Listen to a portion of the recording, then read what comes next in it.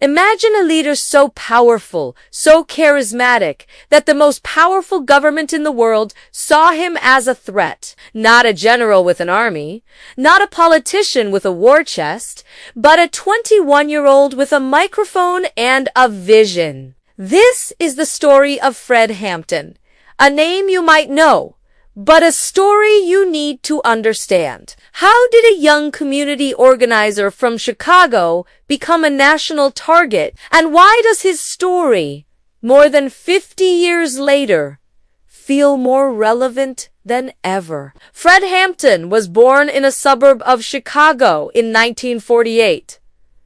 From a young age, he was exceptional. He was a natural leader, an honor student, a gifted athlete, but he saw the deep-seated inequality around him, the systemic racism that choked the potential of his community. He wasn't content to just get by. He wanted to tear down the walls. He joined the NAACP, leading their youth council and growing its membership to over 500 people. But he felt the pace was too slow, the methods too conventional for the urgency of the moment. He wanted radical change. In 1968, his journey led him to the Black Panther Party. Now, when you hear Black Panther Party, what comes to mind? For many, it's images fed by decades of media portrayal.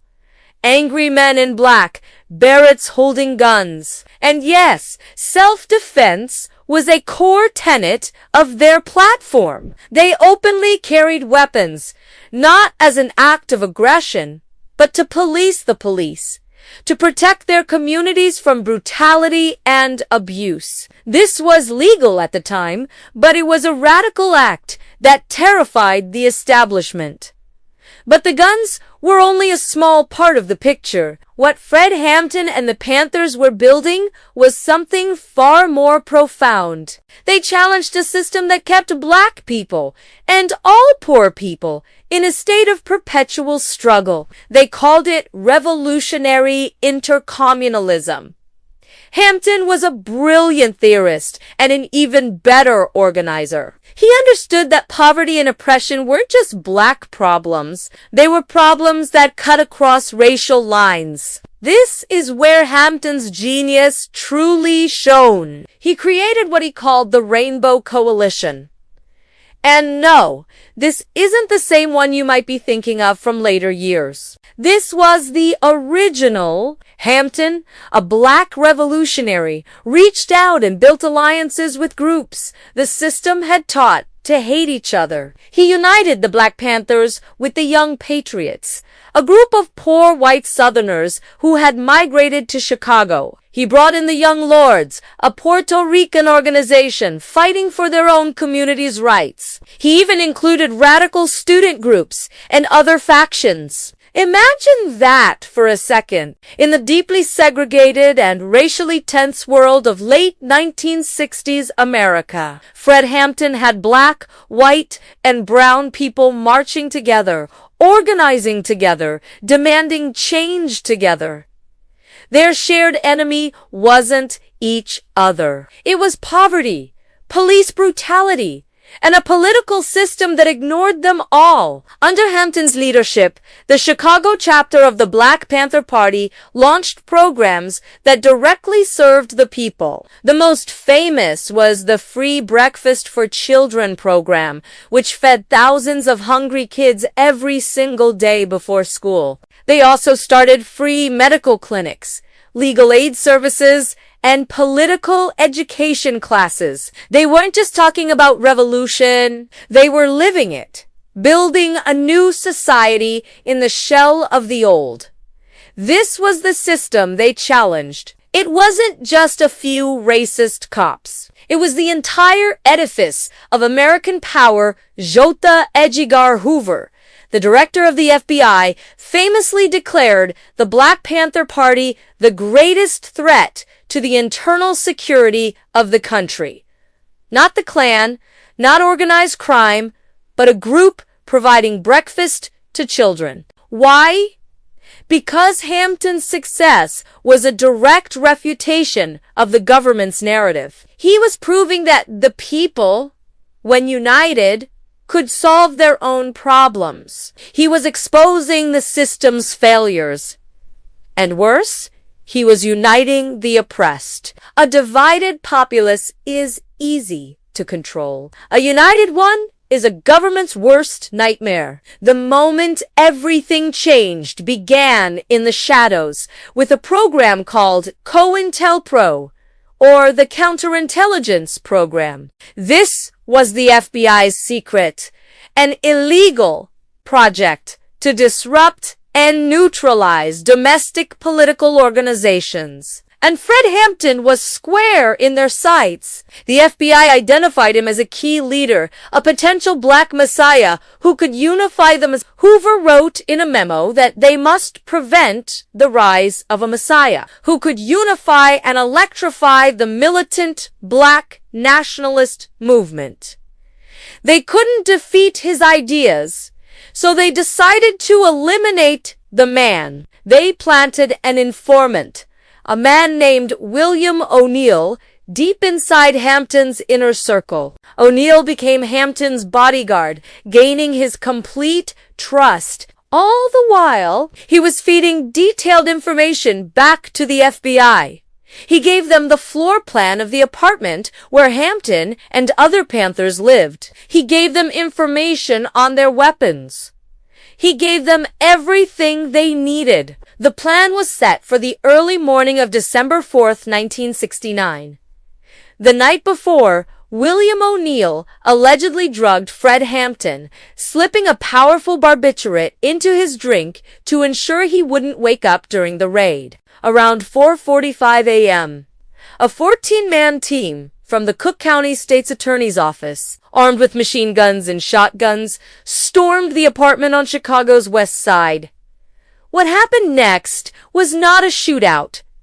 It was an assassination. The police unleashed a torrent of gunfire into the apartment. Over 90 shots were fired by the police. How many were fired by the Panthers? One. Just one. And that shot was likely a reflexive spasm from a Panther who was shot and killed in the initial volley, Mark Clark. The rest of the Panthers in the apartment, including Hampton's pregnant fiancée, were met with overwhelming, indiscriminate force. Fred Hampton was asleep in his bed. He was wounded in the initial barrage, but was still alive. According to witnesses who survived the raid, one officer approached the bedroom and 2 shots were fired. A voice said, "He's good and dead now." The 21-year-old leader was executed in his sleep. His life, his movement, his dream of a united front against oppression were silenced in a hail of bullets, orchestrated by the very government that was sworn to protect him. The cover-up began immediately. The state's attorney, Edwarji Hanrahan, held a press conference, claiming his men had been met with a vicious attack from the Panthers and had acted in... He presented a dramatic narrative of a wild gun battle. The media, for the most part, ran with this story. It fit the pre-existing narrative of the Panthers as violent thugs. But the story quickly fell apart. A group of activists and lawyers, including Hampton's fiancée, led independent reporters through the apartment before the police could seal it. The evidence was undeniable. The bullet holes were almost all going in one direction, into the apartment. The evidence of the Panthers' shooting was revealed to be nail heads in the wall. The official narrative was a lie, a complete fabrication to cover up a state-sanctioned murder. A federal grand jury investigation followed, but it was largely a whitewash. It took years of civil litigation, but eventually, in 1982, a settlement was reached with the survivors and the families of Hampton and Clark. It was a tacit admission of wrongdoing, but no official was ever convicted for the murder of Fred Hampton. The informant William O'Neill, was given a new identity and relocated. He lived with the secret for decades until he gave a television interview in 1990 where he admitted his role. Shortly after it aired, he took his own life.